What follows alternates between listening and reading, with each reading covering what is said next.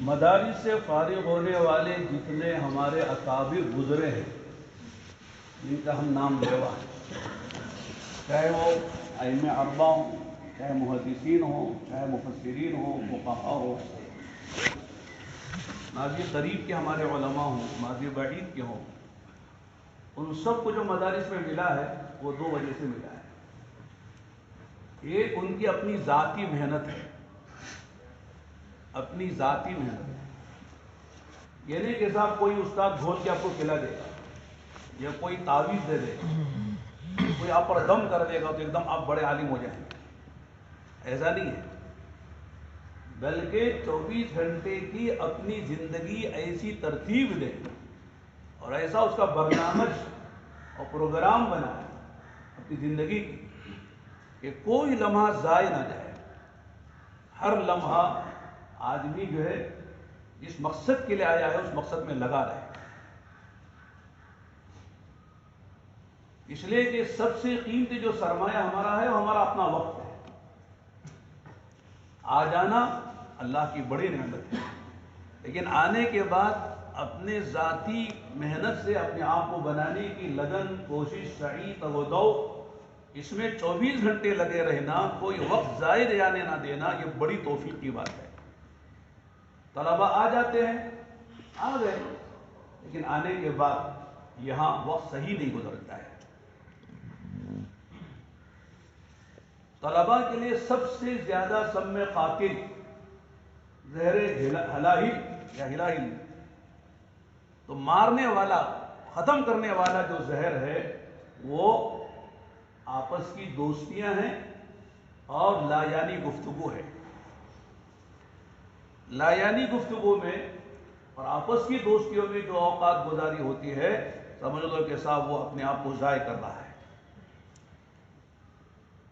اس لیے آپ کا کوئی محاسب نہیں، آپ خود اپنے محاسب بنیں۔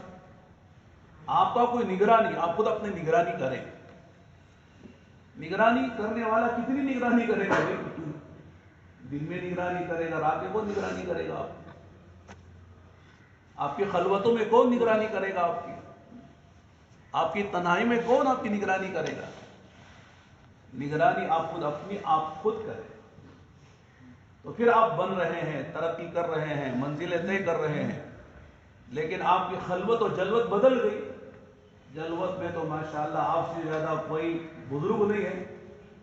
ماشاءاللہ باجد بستامی بھی شرمائے آپ کے سامنے، ایسی بزرگی کا اظہار ماشاءاللہ۔ اور خلوت میں جائیں تو ماشاءاللہ شیطان بھی ماشاءاللہ شرما جائے، صاحب میرے سے بھی آگے تو آتے ہیں۔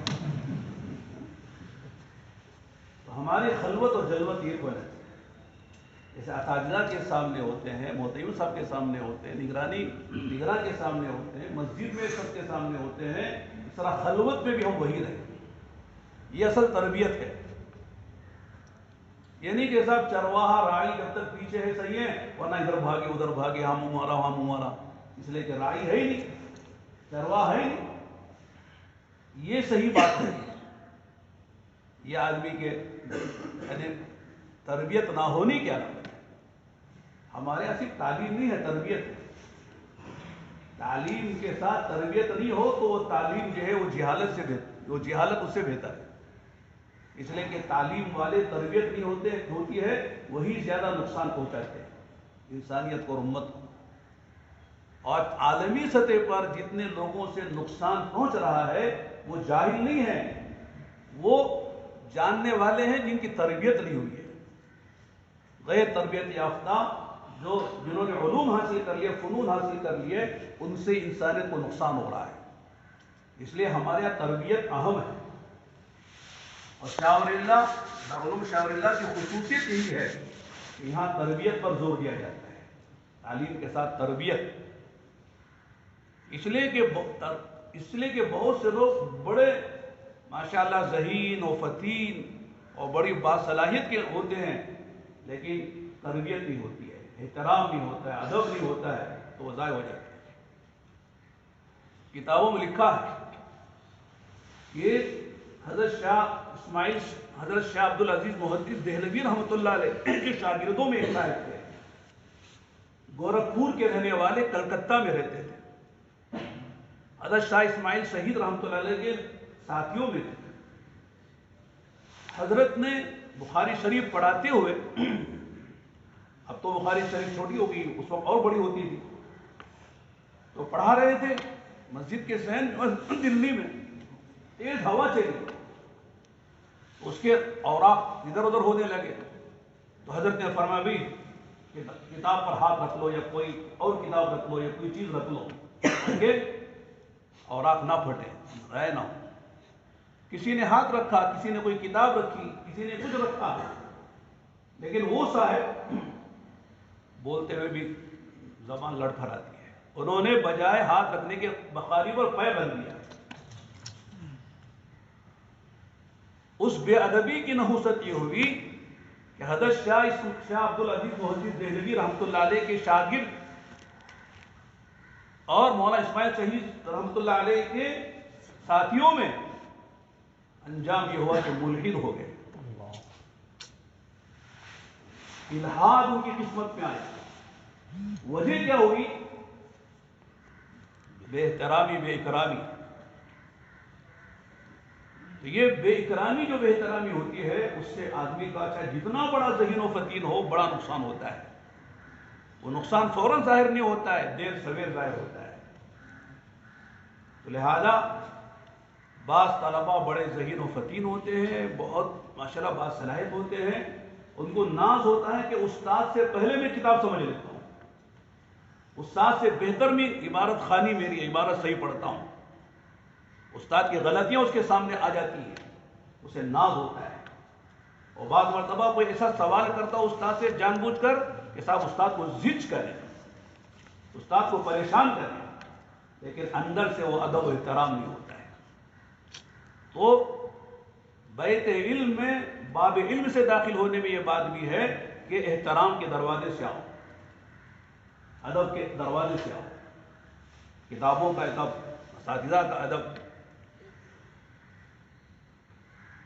فارغ ہونے کے بعد بھی اپنے اساتذہ کا ادب احترام ہونا چاہیے، تب علم میں رونق آتی ہے۔ یہ نہیں کہ ہم فارغ ہو کے چلے گئے، اب ہمارے مثلاً درس ہم نے سنبھال لی ہے، اب یہ چھوٹے اساتذہ جس سے ہم نے پڑھا ہے ان سے کیا تعلق رکھنا ہے، ان سے کیا ان کا احترام کرنا ہے۔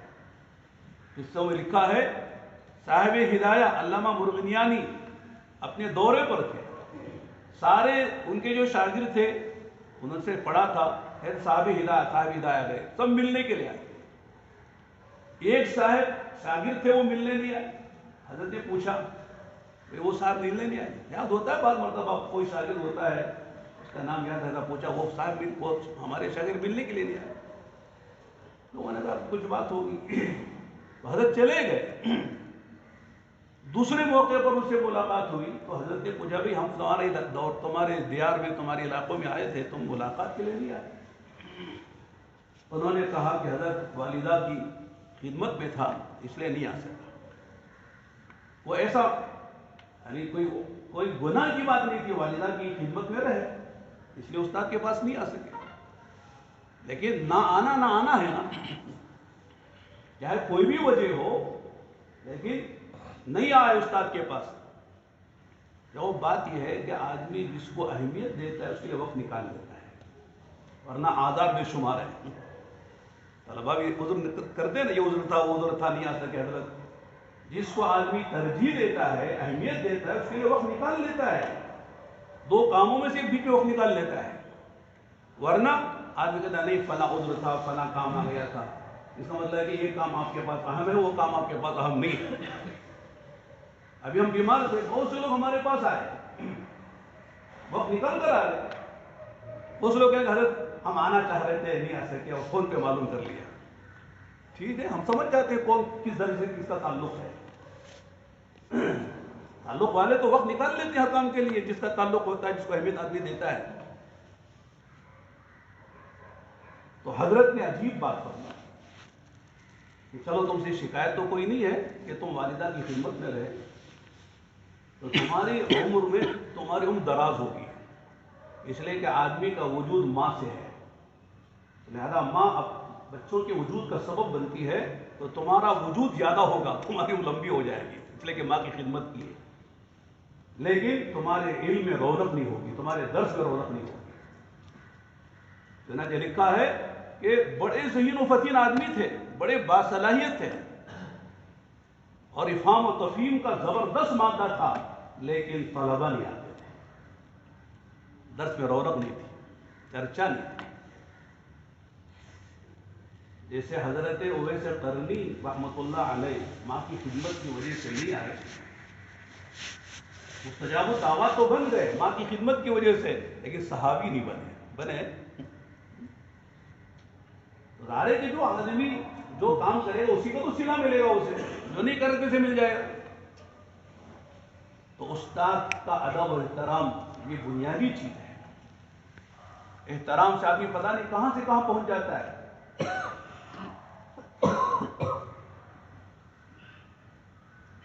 کتابوں میں لکھا ہے، حضرت امام مالک رحمۃ اللہ علیہ موطا کا درس دے رہے تھے مدینہ منورہ مسجد نبوی میں۔ مدینے میں ہاتھی آیا،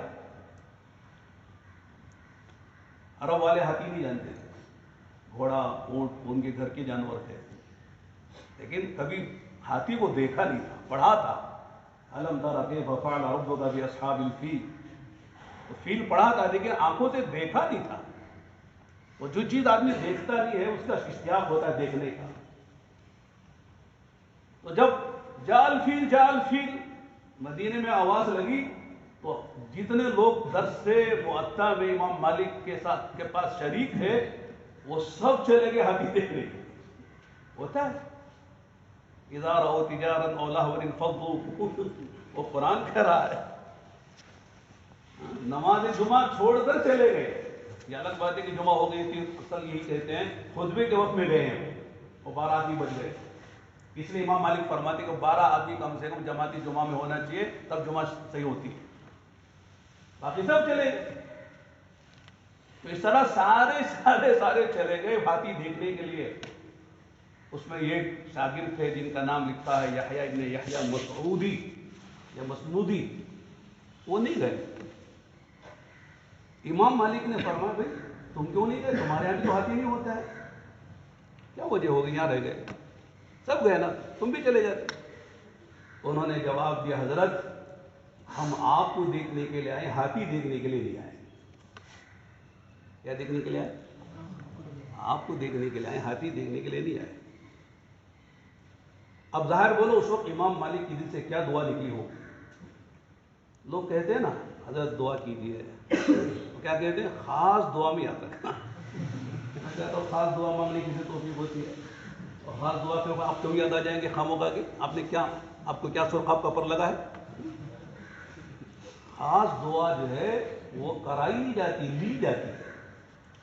آپ نہ بھی کہیں تو دل سے دعا نکلے، آپ کوئی ایسا کارنامہ انجام، اس کے لیے 2 باتیں ہیں، ایک آپ کے اندر ادب و احترام ہو جس کی دعا کو لینی ہے، اور دوسری دل سے خدمت ہو۔ یہ 2 چیزیں ہیں، آدمی دعا لیتا ہے، 2 چیزوں سے دعا ملتی ہے۔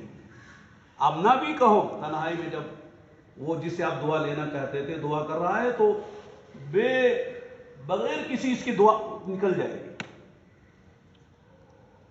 ہمارے استاد مولانا خلیل الرحمن سجاد نعمانی دامت برکاتہم، اللہ حضرت کی عمر میں برکت دے، ابھی میں بیمار تھا تو حضرت کا فون آیا، کئی لوگوں نے فون کیا، مولانا ابراہیم صاحب، مولانا محمد لاڈ صاحب، مولانا اسماعیل صاحب، مولانا زکریا صاحب ہمارے، تو میں نے حضرت سے کہا کہ حضرت، یعنی اپنی بڑائی کی بات نہیں بول رہا ہوں، ایک واقعہ سنا رہا ہوں۔ میں نے حضرت سے کہا کہ حضرت دعا فرمائیے اللہ عافیت کے ساتھ صحت بھی دے دے، اپنی دین کی خدمت موت تک لے۔ تو حضرت نے عجیب بات کہی تو میرا دل تو عجیب، میں اسی وقت آدھی بیماری میری گویا کہ کم ہو گئی۔ حضرت نے کہا بیٹا تم کو کہنے کی ضرورت نہیں ہے، تمہارا نام میری ڈکشنری میں لکھا ہوا ہے خصوصی ناموں کے ساتھ، 25-30 سال سے تمہارے لیے برابر روزانہ دعا کرتا ہوں۔ تو میں کہتا ہوں کہ یہ دعا لینے والی بات ہے، دعا کرانا نہیں ہے، دعا لینا ہے۔ دعا جو ملے گی وہ خدمت سے ملے گی اور احترام ادب سے ملے گی۔ حضرت عبداللہ بن عباس کو ہم پڑھتے ہیں، اللہ کے نبی صلی اللہ علیہ وسلم کی جب وفات ہوئی ان کی عمر صرف 13 سال کی، لیکن ان کو اتنا اونچا جو مقام علمی ملا، حضرت عمر رضی اللہ عنہ بڑے بڑے صحابہ کے بیچ میں ان کو بٹھاتے تھے اور ان سے کہتے تھے کوئی اہم مسئلہ ہوتا تھا کہ مارو غوطہ نکالو موتی، اس سمندر میں غوطہ مار کے موتی نکال کے لاؤ. تو بڑے بڑے مسئلے آسانی سے وہ بتاتے حل کرتے ہیں. بعض مرتبہ بعض بڑے صحابہ کو اشکال ہوا، جیسے ہمارے اگر یہ لوڈا بیچ میں کیسے بیٹھتا ہے سب کے سامنے، بڑے بڑوں کے بیچ میں چھوٹا ہے بیچ میں بیٹھ جاتا ہے. تو اشکال سامنے آیا تو حضرت عمر رضی اللہ عنہ نے اس وقت جواب نہیں دیا. بعض مرتبہ زبانی جواب مؤثر نہیں ہوتا، عملی جواب مؤثر ہوتا ہے. جیسے ایک صاحب نے ایک بزرگ سے اعتراض کیا کہ یہ لوگ بزرگوں کے پہلو میں دفن ہونے کی تمنا کیوں کرتے ہیں؟ حضرت نے جواب نہیں دیا. دوسرے موقع پر جو ہے وہی صاحب بیٹھے ہوئے تھے اور حضرت کے خادم حضرت کو پنکھا جھیل رہے تھے. تو حضرت نے ان صاحب سے جو سوال کیا تھا پوچھا، پہلے اسے پوچھا پنکھا جھیلنے والوں سے، آپ کس کو پنکھا جھیل رہے تھے؟ حضرت آپ کو جھیل رہا ہوں. پھر اسے پوچھا آپ کو ہوا آ رہی کیا؟ ہاں آ رہی ہے. تو یہی بات ہے، رحمت بزرگوں پر آتی ہے، ان کی برکت سے پہلو والوں کو بھی پہنچ جاتی ہے، بات یعنی جو پہلو میں ہے ان کو بھی پہنچ جاتی ہے. تو عملی جواب مؤثر ہوتا ہے. تو حضرت عمر رضی اللہ عنہ کے موقع پر اذا جاء نصر اللہ والفتح کی تفسیر پوچھی بڑے بڑے صحابہ سے، سب نے کہا اس میں بشارت ہے، خوشخبری ہے. اذا جاء نصر اللہ ورأيت الناس يدخلون في دين الله افواجا. تو سب نے جب جواب دے دیا تو حضرت عمر نے عبداللہ بن عباس سے پوچھا تم اس کی تفسیر کیا کرتے ہو، اس سے کیا سمجھ میں آتا ہے؟ کہا خوشخبری تو ہے اپنی جگہ، لیکن اس کی طرف غم کی بھی خبر ہے. وہ یہ ہے کہ اللہ تعالیٰ اپنے نبی کو اپنے پاس بلانا چاہتے ہیں. نبی کی موت کی خبر ہے، اس لیے کہ اس میں استغفار کو کہا گیا ہے اور استغفار کام کے ختم پر ہوتا ہے. کام ختم ہوتا ہے تو استغفار ہوتا ہے. تو اس میں اللہ کے نبی کے وفات کی خبر دی گئی ہے. تب سمجھ میں آیا کہ حضرت عمر نے کہا میں بھی یہی سمجھتا ہوں. تو معلوم یہ ہوا کہ چھوٹا آدمی بھی بڑا بن جاتا ہے بشرطے کہ اس کے اندر ادب و احترام ہو اور دوسرے خدمت ہو اپنے بڑوں کی. اللہ دے دیتے، نواز دیتے ہیں. بہت بڑا یعنی صاحب ذکا و فہم ہونا ضروری نہیں ہے اللہ کے دین کی خدمت کرنے کے لیے. بہت سے لوگ فہم و ذکا والے رہ جاتے ہیں اور بعض معمولی لوگ آگے بڑھ جاتے ہیں ان کی سعادت کی بنیاد پر. تو لہذا زمانے طالب علمی قبول ہوا یا نہیں ہوا دیکھنا ہے تو اس کے بعد دیکھو وہ کہاں ہے. اگر اللہ تعالیٰ اسے اپنے دین کی دعوت کی علم کی خدمات لے رہے ہیں اخلاص کے ساتھ تب لوگ اس کا تعلیم کا زمانہ قبول ہو گیا ہے، ورنہ ضائع ہے. جیسے آدمی پڑھ لکھ کر جو ہے کسی دفتر میں کوئی نوکری کر لیتا ہے اور بڑی سیلری پاتا ہے، اچھی زندگی گزار کے مر جاتا ہے. ایسا ہم نے بھی کچھ کر لیا، کہیں جا کے خطیب بن گئے، کہیں امام بن گئے، کہیں کچھ کر لیا اور مر گئے، چلے. تو اور ایک تو میں کر رہا تھا کہ باب علم میں یعنی بیت علم میں داخل ہونے کے لیے باب علم سے آنا چاہیے. اس میں یہ باتیں ہیں، پہلے شکر کی بات ہو، احساس ہو کہ ہم بہت خوش نصیب ہیں، ہم سے بڑا خوش نصیب کوئی نہیں. کبھی بھی احساس کمتری کا شکار نہیں ہونا چاہیے. کبھی دنیا والوں کو دیکھ کر منہ میں رال نہیں آنا چاہیے. اے اللہ تیرا شکر ہے، تیرا کرم ہے، تو نے ہم کو انبیاء کا وارث بننے کے لیے ہمارا انتخاب ہوا ہے، چناؤ ہوا ہے، استفا ہوا ہے. ہمیشہ اس کا استعداد ہونا چاہیے. اور ظاہر ہے کہ یہ دولت مفت میں نہیں ملے گی، اس کے لیے محنت کرنی پڑے گی، ذاتی محنت، اور اپنے اساتذہ کا کتابوں کا ادب و احترام ہونا چاہیے. اور جو علم کے حصول کے آلے ہیں جہاں سے علم اندر جاتا ہے ان ساروں کو پاک رکھنا چاہیے. آنکھ گندی نہ ہو، زبان گندی نہ ہو، کان گندے نہ ہو، دماغ گندا نہ ہو، صاف ستھرا. اسی کو تربیت کہتے ہیں. تربیت کو ایسی چیز کہ رنگ چڑھا دو تربیت کا سب، یہ لال رنگ چڑھ گیا تو تربیت ہو گئی، پیلا چڑھ گیا تو تربیت ہو گئی۔ آنکھ صاف، زبان صاف، کان صاف، دماغ صاف، پھر دل میں وہ بات صحیح اترتی ہے۔ اس لیے ہر وقت اپنے کو گناہوں سے بچانا۔ آج کل گناہوں کا آلہ ہر ایک کی جیب میں آ سکتا ہے، اس لیے پابندی ہے۔ ہم کو جو ہے کوئی دشمنی نہیں کہ آپ موبائل فون دیکھیں، لیکن چونکہ یہ زہر ہے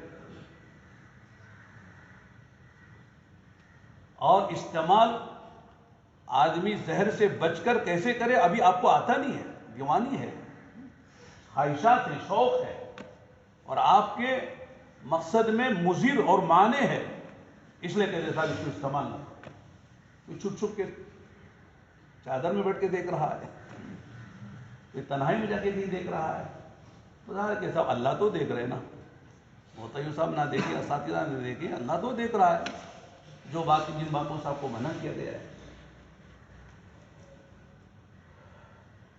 تو یہ زمانہ 8-10 سال کا یہ ہمارے بننے کا زمانہ ہے۔ کیا کرنے کا ہے؟ ہاں، جو یہاں بن گیا وہ ہمیشہ کے لیے بن گیا، جو یہاں بن نہیں سکا 7-8 سال گزار کے چلا گیا، زندگی بھر افسوس کرے گا۔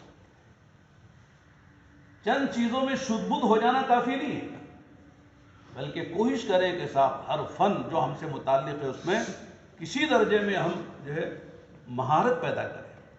اب ظاہر ہے کہ ہر فن میں آدمی مہارت تو پیدا نہیں کر سکتا ہے، لیکن کوئی نہ کوئی فن آدمی کا ہوتا ہے جس میں اس کو مہارت ہوتی ہے۔ لیکن شروع کے جو فنون ہیں جس کو علوم عالیہ کہتے ہیں، نحو ہے، صرف ہے، ادب ہے، انشاء ہے، تحریر ہے، یہ ساری چیزیں ہر ایک کی صحیح ہونی چاہیے۔ ہماری نحوی غلطی نہ ہو، صرفی غلطی نہ ہو، ادب و انشاء کی غلطیاں نہ ہو، املا کی غلطیاں نہ ہو۔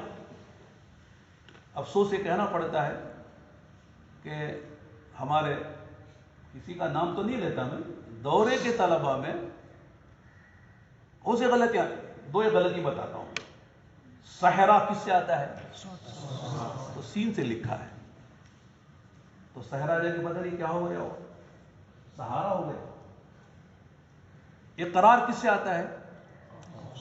تو اقرار لکھا ہے، کاف سے لکھا ہے۔ کس کی غلطی ہے؟ صرف خوشخط نہیں، غلط املے کی غلطیاں ہیں۔ تو ہر ایک کو سوچنا چاہیے کہ صاحب میرے کس فن میں یا کس جو ہے چیز میں میں کمزور ہوں، اسے دور کرنے کی فکر کرنا چاہیے۔ مایوسی نہیں ہے، آدمی تھوڑی توجہ دیتا ہے تو کام ہو جاتا ہے۔ آپ کو خود اندر سے فکر ہونا چاہیے، جیسے کوئی آدمی جب کھانسی ہو گئی دوا لیتا کہ نہیں لیتا ہے، بخار ہو گیا لیتا کہ نہیں لیتا ہے، اے بخاری تو چھوڑا یا جان دو، کھانسی تو ہے، سردی تو ہے۔ تو آپ کی یعنی جس فن میں آپ کی کمزوری آپ محسوس کر رہے ہیں، اللہ کرے کہ محسوس کریں، بس بہت محسوس نہیں ہوتی ہے، کیا کمی ہے ہمارے اندر۔ تو جس فن ابھی سے یعنی فارسی سے لے کر ہفتم تک اور پھر دورے والوں کو بھی جو کمی محسوس کریں اس کو یہاں رہنے کے زمانے میں پوری کریں، آپ کو بعد میں موقع نہیں ملے گا۔ آپ کو تحریر لکھنی پڑے گی، آپ کو کچھ مضامین لکھنے پڑیں گے۔ اگر آپ کی تحریر میں مضامین میں املا کی غلطیاں ہوں گی تو ظاہر ہے کہ لوگ ہنسیں گے، صاحب یہ کیا ہے، یہ شاہی ہے، قاسمی ہے، پتہ نہیں خاموں کا لگا لیا لیبل، اتنا بھی لکھنا نہیں آتا ہے۔ تو یہ بات بھی فکر میں آئی، اس امتحان کے بعد بہت سے طلباء کی املا کی غلطیاں ہیں، حروف صحیح نہیں ہے، جو لفظ جس حرف سے آتا ہے وہ حرف وہاں نہیں ہے، تو معنی بدل جاتے ہیں۔ تو اس کے لیے خود اپنی ذات سے فکر ہو، ہم کیا کریں۔ روزانہ کوئی کتاب لیں اور کتاب کو پڑھیں، سمجھیں، اور اس کو اپنی کاپی میں جیسے کتاب میں وہ عبارت ہے اور لکھی ہوئی ہے وہ عبارتیں اسی طرح لکھنے کی کوشش کریں،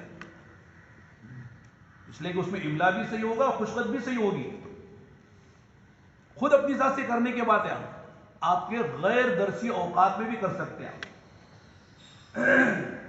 اگر آپ کی نحو میں کمزوری ہے، کسی استاد سے آپ رجوع کریں، حضرت میری نحو میں کمزوری ہے، میں روزانہ کچھ لکھتا ہوں، کچھ قواعد یا کوئی جملے بناتا ہوں، آپ کی تصحیح فرما دیں، خوشی ہوگی اساتذہ کو۔ مسئلہ یہ ہے کہ ہمارا اساتذہ سے صرف ضابطے کا تعلق ہے، رابطے کا نہیں ہے. یہ مصیبت ہے.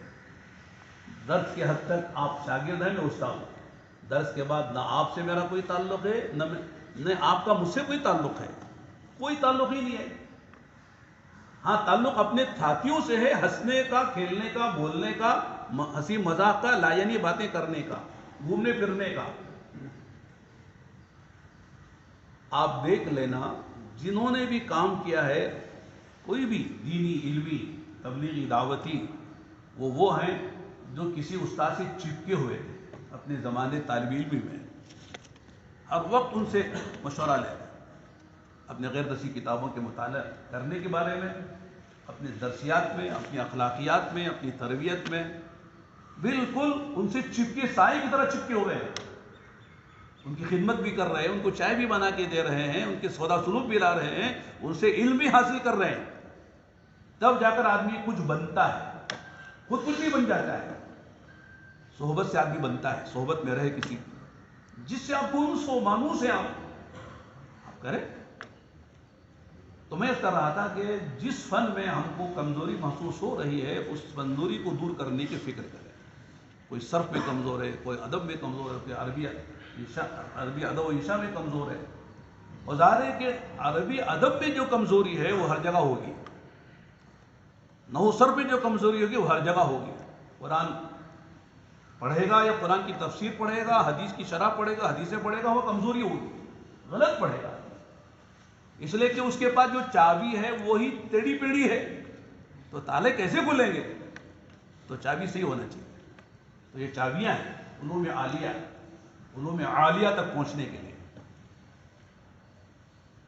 اسی طرح ماشاءاللہ ہمارے بہت سے طلبہ حافظ قرآن ہیں.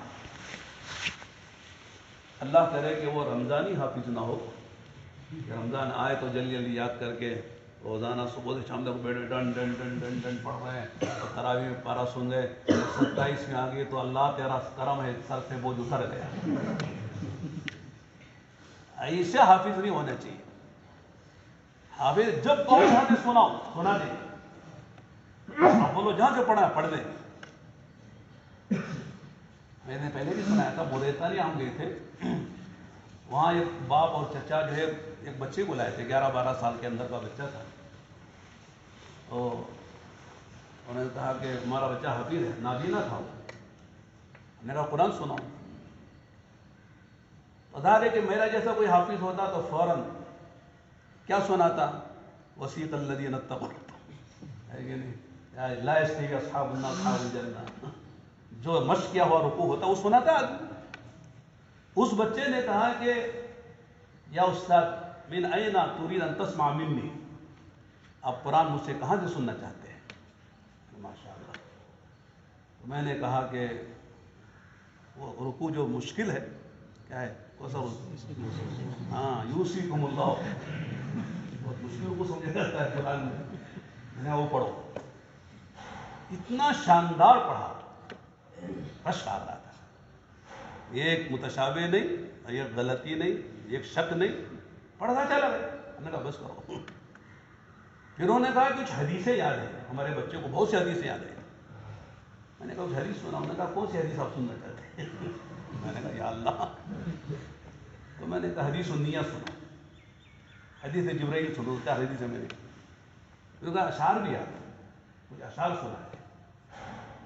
پھر میں نے کہا کہ صاحب بس کرو، ورنہ اگر یہ ہم سے پوچھے تو ہم فیل ہو جائیں گے. ہم سے کچھ حدیثیں سنانے کو کہیں سند و متن کے ساتھ. متون تو یاد بہت ہے الحمدللہ، جمعے کی خطبے کی برکت ہے، لیکن سند کے ساتھ حدیثیں سناؤ تو بڑی مشکل ہو جائے گی. ہمارے یہاں رواج نہیں ہے سند کے ساتھ حدیث سنانے. اس میں 3 راوی، 4 راوی، 5 راوی، 10 راوی تک ہوتے ہیں، اللہ کے نبی سے صاحب کتاب تک. تو کوئی حدیث ہم کو اسی سند کے ساتھ ہم پختگی کے ساتھ سنائیں بغیر کسی اس کے مشکل ہے. وہ سناتا چلا، کوئی حدیث مطلب سند کے ساتھ حدیث سنا رہا ہے. تو میں نے کہا واقعی آج بھی ایسے لوگ. اور جو صاحب آئے تھے انہوں نے کہا کہ آپ حدیث پڑھاتے ہیں تو ہم کو بخاری کی سند دیں، آپ کی سند عالی ہے.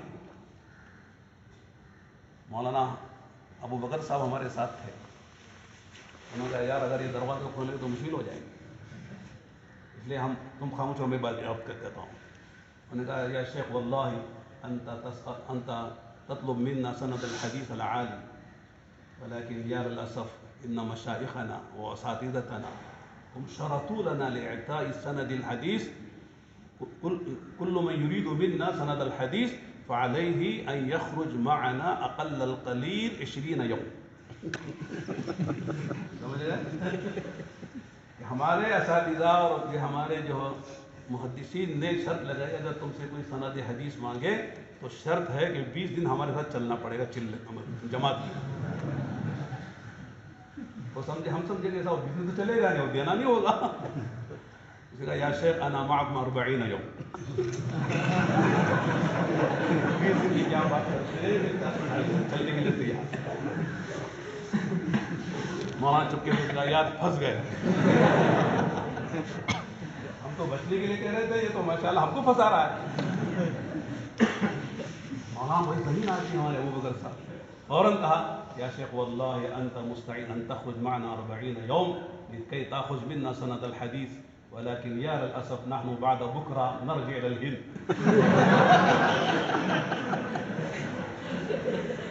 واقعی افسوس کی بات ہے کہ آپ کے اندر اتنی طلب ہے کہ آپ جو ہے 40 کلومیٹر چلنے کے لیے تیار ہیں، لیکن افسوس ہے کہ کل پرسوں ہمارا واپسی کا ہندوستان کا سفر ہے. جب وہ چلے گئے بعد میں بتایا لوگوں نے کہ وہ آدمی اور 1-2 آدمی ایسے ہیں یہاں جن کو سیاہ ستہ سندن و متنن زبانی یاد ہے. پوری بخاری، مسلم، ترمذی، نسائی، ابن ماجہ، ابو داؤد، یہ ساری 6 کتابیں جو ہم دورے میں پڑھتے ہیں، دورہ بھی ہمارا کیسا دورہ ہم جانتے ہیں، یعنی ان کو سندن و متنن، صرف سندن نہیں، سند و متن کے ساتھ پوری حدیث، پوری کتابیں زبانی یاد ہیں. جیسے ہمارے حافظ صاحب کو قرآن کریم سورہ فاتحہ سے ناس تک ایک بیٹھک میں سناتا ہے، ایسا ان کو حدیثیں یاد ہے. آج بھی ایسے لوگ ہیں. یہ نہیں سمجھنا کہ ایسا وہ زمانہ گزر گیا، آپ کو حدیث کا حافظ نہیں ہے، کتابوں کا حافظ نہیں ہے. عام طور سے ذہن میں کیا آتا ہے صاحب وہ تو بڑے لوگ تھے، وہ بڑا زمانہ تھا، اب کیا ہے؟ زمانہ نہیں بدلا، ہم بدلے. زمانہ وہی ہے، وہی رات و دن ہے، وہی صبح و شام ہے، وہی لیل و نہار ہے، وہی شمس و قمر ہے، اور وہی اس کا خالق و مالک ہے. بدلے ہم ہیں. جتنے سیاہ ستہ کے مصنفین و مؤلفین ہیں وہ سب عجمی ہیں سوائے امام مسلم کے، وہ عربی ہیں. باقی سے امام بخاری بھی عجمی ہیں، امام ترمذی عجمی، سب عجمی ہیں.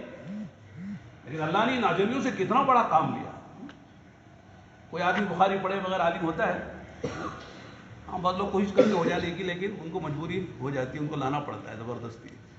کہتے ہیں بخاری پڑھے بغیر ہم عالم ہو جائیں. ظاہر ہے کہ بخاری، امام بخاری کون ہے؟ عجمی ہیں. کوئی عرب عالم بھی عربی بخاری پڑھے بغیر وہ اپنے عالم ہونے کا دعویٰ نہیں کر سکتا ہے، فاضل ہونے کا دعویٰ نہیں کر سکتا ہے. سارے علماء پر، ساری امت پر امام بخاری کا احسان ہی کہ نہیں. امام بخاری کے آسمان سے ٹپکے تھے، بلکہ ان میں سے اکثر وہ ہیں جو یتیم ہیں، باپ کا سایہ بھی نہیں ملا ان کو، باپ کی توجہات نہیں ملی، ان کی خدمات نہیں ملی، ان کی شفقتیں نہیں ملی.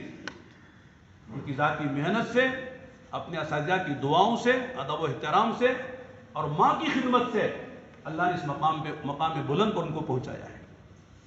تو غیر عزیز طلباء یہ کرنا ہے، ہم اپنے آپ کو معمولی نہ سمجھیں. ہم کو احساس و شعور ہونا چاہیے کہ ہم بڑے منصب پر فائز ہونے کے لیے اللہ نے ہم کو بلایا ہے. ہم سے بڑی دولت اللہ نے کسی کو دینے کا ارادہ نہیں کیا ہے. دنیا کی کسی ایم پی کیا پی ہے کیا بولتے ہیں، بڑے سے بڑا کوئی عہدیدار ہو، کسی کو دیکھ کر آدمی کے منہ میں پانی نہیں آتا. اب کیا ہے؟ اب میں پوچھتا ہوں کسی مسلمان کو فرعون کا نام لینے کے بعد منہ میں پانی آتا ہے؟ کیا بڑا آدمی تھا. شداد کا نام، قارون کا نام آتا ہے؟ لعنت ہو ان پر. اچھا ہوا کہ اللہ نے ہم کو قارون نہیں بنایا. قارون کے خزانوں کو دیکھ کر کچھ غیر اہل علم نے تمنا کی تھی کاش ہم کو بھی دولت ملتی، لیکن جب قارون کو دھسا دیا گیا زمین میں تو تب اہل علم نے کہا تمنا نہ کرو، یہ غلط تمنا ہے تمہاری. لیکن جب دھسا دیا گیا زمین میں خزانوں سمیت تب ان کو بات سمجھ میں آئی، اللہ تیرا کرم ہے کہ تو نے ہم کو قارون اور قارون جیسے خزانے نہیں دیے، ورنہ ہمارا بھی یہ انجام ہوتا. اس لیے ایک بات تو یہی ہے کہ اپنے کو خوش نصیب سمجھیں اور جو دروازہ ہے علم کے در میں گھر میں داخل ہونے کا، ان دروازوں سے آئے.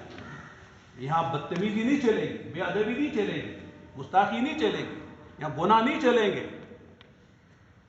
یہاں جو ان راستوں سے آئے گا وہ ناکام ہوگا. ہاں دنیا کے علوم میں کوئی سینما دیکھے اور کوئی جو ہے پکچر دیکھے، کوئی بے ادبی کرے، ٹھیک اسے نوکری مل جائے گی، دنیا گزر جائے گی. لیکن ہماری جو لین ہے یہ ادب کی لین ہے، احترام کی لین ہے، محنت کی لین ہے. اساتذہ کا ادب، کتابوں کا ادب، درسگاہوں کا ادب، مدرسے کے قوانین اور ضوابط کا ادب و احترام، اس کو نہیں توڑنا ہے. پھر آخری بات،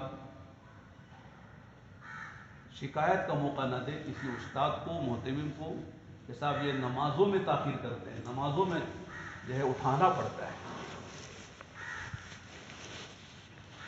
عاقل بالغ کو اٹھانا پڑتا ہے، بچوں کو اٹھانا پڑتا ہے، بیچارے بچے ہیں، چھوٹے ہیں.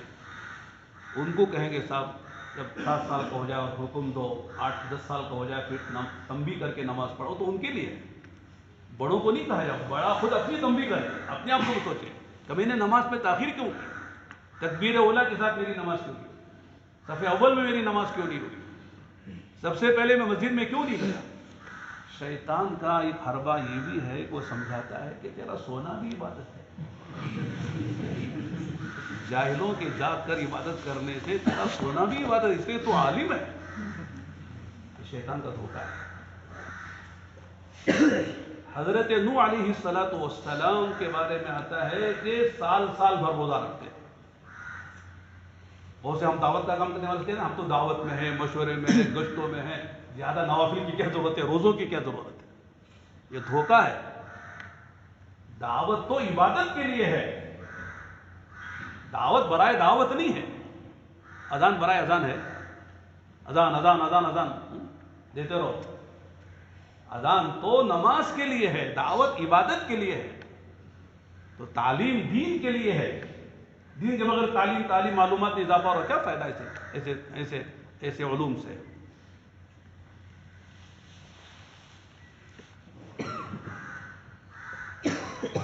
تو لہذا اللہ نے ہم کو خود منتخب کیا ہے. اب ترجیح کا مسئلہ ہے، کسے ہم ترجیح دیتے ہیں.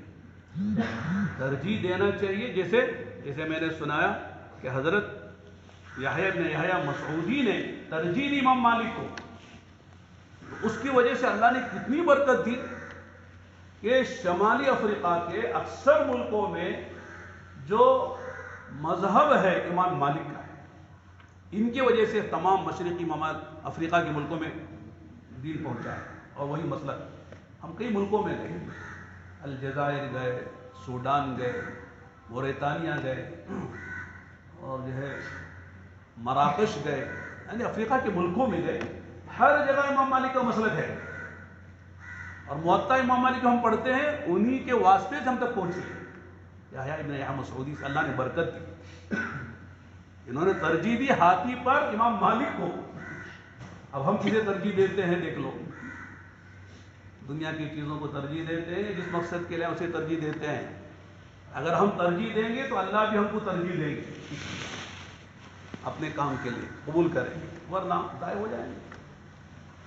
تو یہ وقت جو ہمارا گزر رہا ہے، یہ وقت بڑا قیمتی ہے. تقریر تو بہت آسانی سے کر لیتے، الوقت اسمن من الذهب، کیا زوردار تقریر، ماشاءاللہ فرسٹ نمبر، فرسٹ انعام بھی مل جاتا ہے. لیکن جتنا وقت یہ ضائع کرتا ہے دوسرا نہیں کرتا ہے جو تقریر کر رہا ہے. عملاً پیش کرو کہ واقعی الوقت اسمن من الذهب ہمارے پاس ہے، سرمایہ ہے. ٹائم ٹیبل بناؤ. آدمی کا وقت جو قیمتی بنتا ہے، جس وقت میں جو کام کرنا ہے وہ کام کر لیا تو وقت قیمتی ہو گیا. اگر وہ وقت میں وہ کام نہیں کیا تو وقت ضائع ہو گیا. اشراق کے وقت میں اشراق پڑھ لیے تو وقت قیمتی ہو گیا. درجے کے وقت میں درجے میں حاضری دی اور قیمتی ہو گیا. درجے وقت میں وقت نہیں یعنی وقت درجے میں نہیں آئے, سوتے رہے, کیا ہو گیا؟ سر میں درد سا ہے, درد نہیں ہے, کیا ہے؟ درد سا ہے, پیشاب سا آ رہا ہے, پیشاب نہیں آ رہا ہے. حضرت ہم کہتے ہیں دوسرے گھنٹے میں ہم پڑھانے آئے اور بچے پیشاب کرنے گئے. میں نے کہا بھائی ابھی گھنٹہ ہی گزرا, دوسرا گھنٹہ شروع ہو رہا, کیا سلسل بول کی بیماری ہے کیا؟ دوسرے گھنٹے میں پیشاب کو چلے گئے. ہم جیسے بوڑھے آدمی, شوگر کے مریض 4-5 گھنٹے پیشاب کو نہیں جاتے, اور تم جو ہے جوان آدمی 1 گھنٹہ گزرا نہیں 50 منٹ کا, دوسرے گھنٹے پیشاب میں جا رہے. اگر پیشاب نہیں, پیشاب سا ہے, یا پیشاب کے بہانے کچھ اور کرنا ہے, اپنا نقصان کر رہے ہو, کسی کا کوئی نقصان نہیں ہے, اپنا وقت ضائع کر رہے ہو. تو بچوں یوں سمجھو کہ ہم گھر کے افراد ہیں, ہم کچھ بھی جو کہتے ہیں وہ تمہاری بھلائی میں کہتے ہیں, جو بھی قانون بنتا ہے وہ تمہاری بھلائی میں بنتا ہے. کوئی استاد اپنے شاگردوں کا دشمن نہیں ہو سکتا ہے.